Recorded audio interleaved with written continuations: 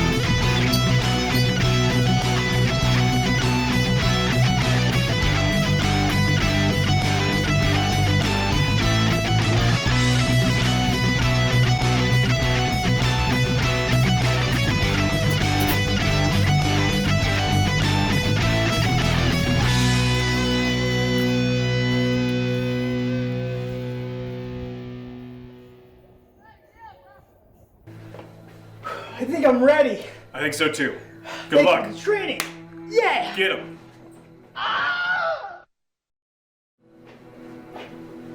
Hey, what's wrong? Nothing. How'd you do? Oh, 314. That's a lot. But did you learn anything? No. No, come here. What you did earn, though, and you did win, friendship.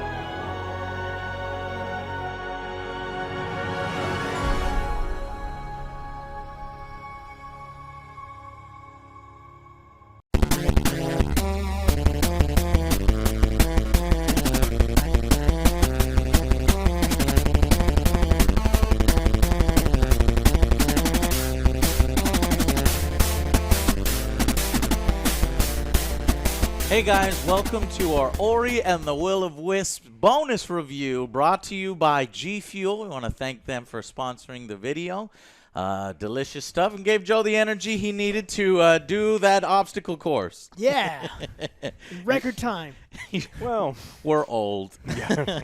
We need it. All right, guys, so we're doing another rant review, an addition, a bonus. Our angry review was on Doom Eternal. This here is a Xbox title, which you could also play it on the PC, which we did. We played it on Steam. And we had to play this one because Joe kept singing the praises about the original Ori and the Blind Forest. Tell me about Ori and the Blind Forest real quickly, Joe. What would you rate that game? The first one is going to be a 10 out of 10. Damn, that's why we were like, okay. The sound, the music, the level design, and everything, the platforming, which was my first intro to platforming. Is that why you died over 500 times? Yes, I did. Well, you've done platforming before, Joe, but that one is one that you really enjoyed. This one was so much fun. Okay, so Joe actually convinced Alex, and they played it a lot on OJ and Alex's Misadventures. So I'm going Does he to regret it? let's start with Alex. What did you think of Ori and the Will of Wisps? It was a beautiful game. The music was incredible. The level does. I mean, it You're sounds. welcome. I didn't play very much of the Blind Forest. I played a little bit when he told me how good it was. And it looks like they did it again. The level design was incredible. The music was good.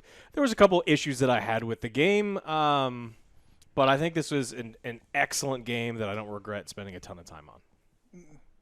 And for the price point, it's only what, like $30? Yeah. Yeah, the first one is only $5. So if you haven't even checked it out, check out the first one. Yeah, absolutely. It's a good deal right now. You play as Ori, a little forest creature.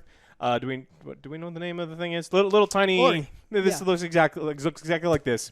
It's a Metroidvania style game. You don't start with any powers. You don't start with a lot of movement abilities. You level up your character with different abilities that you find along the way, with different weapons, and you use those things to find new areas to explore. Now you'll see a lot of areas, covered in spines or like underwater that you can't get to in the beginning. But you go on the other end of the map and you find something that lets you go underwater or blow up the spines or do all these other things. And so the game, the map, you can see the map in the beginning. It's like, oh, this isn't very big, but you're traversing all over the place. There's some fast travel. Yeah, that's what I like about this one. There's a lot of backtracking, but you have these checkpoints that you just warp into. Yeah, it it's really really helps out a lot. Yeah. I like that a lot because we've played a bunch of these Metroidvania style games on Misadventures no maps. with no map and no fast travel, and so you spend 90% of the game is just going through content you've already gone through for the 5th time, and so they're artificially stretching out this game. Now Ori's not an incredibly long game. It's probably, if you're really good at this type of game, maybe 10, 12 hours. We got 18 hours recorded. we played. Well, some of it was we put the controller down, we're doing other stuff, and dying over and over and over. So would you say that this game is challenging in a good way or a bad way? in a good way. Okay. Yes, I would say that it is both challenging and good. I think most of the time you know what to do. It's just a matter of, it's like, okay, well, I dash here, then I jump, and then I double jump, and then I do this ability, and then I grab that wall. And so it's challenging in that sense. But there were some times that we died that weren't super satisfying because they did such a there's so much on the screen. Like, you can see that these are wonderful looking levels, and there's these little leaves poking out, and as you're moving through the world, you're moving pretty quickly, and you may not see that there's spikes there, and even when you stop to look at it, you're like, those spikes are bullshit, and then you hit those spikes and you instantly die. But because of the checkpoint system, you don't have to go back 10, 15 minutes. It's 5, 10 seconds. As a fan of, I'm not a huge fan of platformers. And so from my perspective, it's like, is Ori really worth playing at all if you're not a big fan of platformers? Well, first off, if you hate platformers, probably not, right? But if you're just on the fence, I would tell you from my personal experience, play Ori. It is top tier stuff. What you're looking at is the gorgeous backgrounds, the artwork, and I must say that for me, the music sold the whole package for me, because it's such an enjoyable experience to play through the game and to listen to music. They're so talented, so creative, and that music, a lot of people say that emotion is conveyed, 70% audio and 30% visual, and that really hits you. I gotta say, the ending to this game was a bit of a tearjerker, and not just the ending, but there's moments in the game where you're like, what the what's happening, right? And you're like, you're trying to hold stuff back, and it's a beautiful, beautiful story. With a conclusion, they don't seem to try to sequel bait or anything. It's a satisfying experience all from beginning to end. But what Ori and the Will of Wisps introduces, what makes it different this time around? Well, I guess you can say a few more boss battles and more combat. Talk to me a little bit about the combat. The combat, the first one you only had like 3, I believe, and this one has like so many more abilities. But the thing with me is, like, sometimes it was a little bit too much because I'm here for the platforming and not as much for the combat. But some of these new abilities that I got, I tend to forget about and kind of just got lost in the background. I didn't think that the combat was nearly as polished as the platforming. I mean, you're there for the platforming, and it was really wonderful being able to jump around. 500 was a lot. And the first one, that was the first one. Wait, where'd you go? I didn't hate the combat. There were some No. parts that were frustrating. Using your little sword attack makes you move forward, and collision damage is huge in this game. And so you'll be attacking someone, and you're on like the tiniest little ledge because it's a platform game. And if you attack, it immediately moves you into spikes, and then you blow up. There was You're also in the corner, you're dead. Yeah, there was also some issues with enemy hitboxes where sometimes the backside of an enemy counts as collision and hits you and you take damage, and other times it doesn't. And so that it's not that it's bad, it's just it wasn't nearly as polished as the other thing, and so combat could be frustrating. There was a lot of times, especially the latter half of the game, where we're just skipping all of the enemies. If you didn't need them, you skipped them because it's just not. It doesn't feel good to attack them. It's literally the only misstep I think in Ori and the Will of Wisps is the combat. Ori, the developers had said that Ori and the Will of Wisps is much bigger than the original. I didn't really feel that. It seems like the length is about on par, but it does try to open it up a little bit. There's sections towards the middle of the game where you can choose between the different worlds, and that's fun and interesting because in each world, these guys were getting different abilities and things to utilize in the world. Now, it doesn't necessarily, you can't then use those abilities in one of the other worlds, so it's a little bit locked off in that sense until you get to the final conclusion where it takes everything that you've learned across the different areas and combines them in that final section. And then in that final section, things were hitting in all gears. Did you guys like the ending, and did you think the game took a little too long to get there? In my opinion, it did. I think that if by the time we got to the last section, and just right before then, we got into like the third or fourth chase sequence.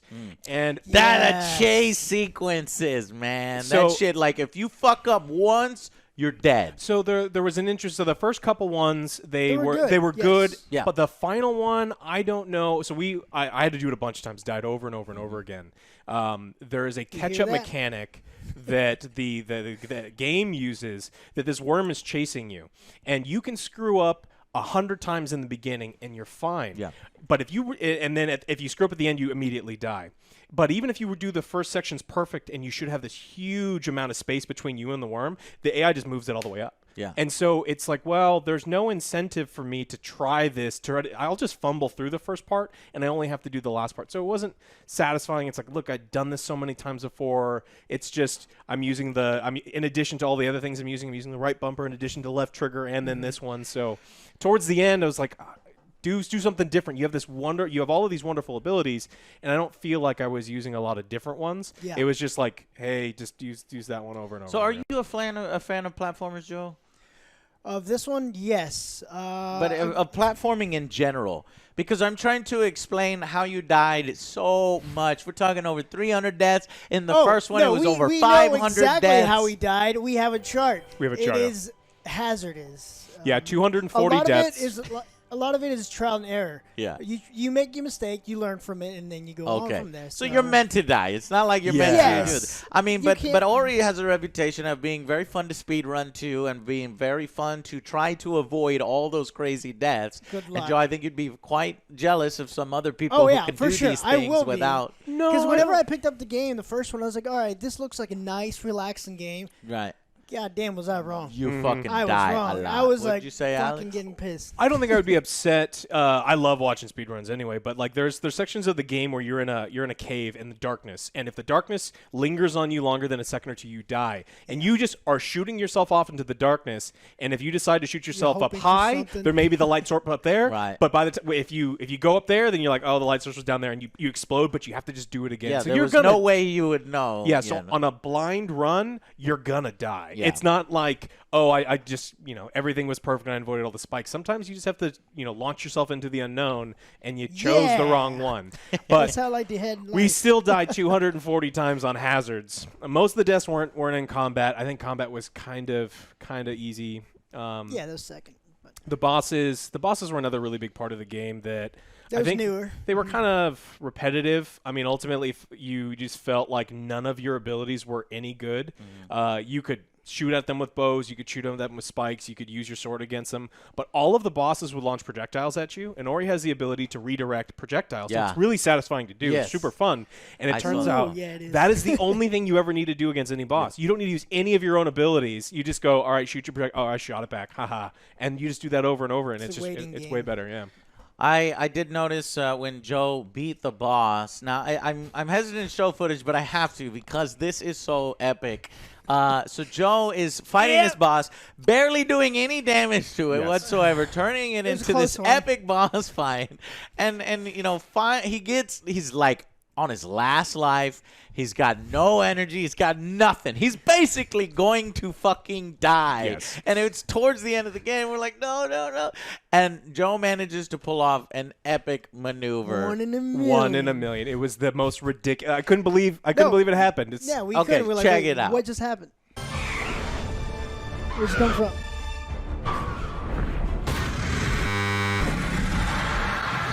Did you accidentally kill him?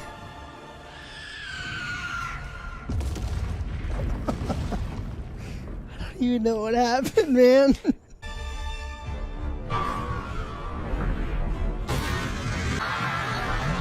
Did you accidentally kill him? What? How? So the game has that kind of was stuff that planned. you can be ultra rewarded and look fucking badass and awesome. So Joe had his most epic platforming moment of all time there. On the final hit, On the final hit, boss. the final hit of the game. So I don't know, maybe that kind of culminated into a much better overall experience. Even though the boss battle had some ups and downs, it was epic and we all loved the game. Let's go to final verdicts. For me, I'm gonna give this one a 9 out of 10. It's a little bit lower for me. So the first one is a 10 and the second one's a 9? Yeah. Ah, damn. The cons for me on this one were whenever you do a lot of combat, like all these visuals starts popping up, Right. you lose track of Ori. You have no idea where you're at. Yeah. So that's caused a lot of deaths, maybe for me. Mm-hmm. And there were a lot of bugs that kind of hindered some of this Yeah, I game. was going to say some of that. The audio bugs were an issue Yeah, for big. us. Every time I picked up an item, I talked to an NPC.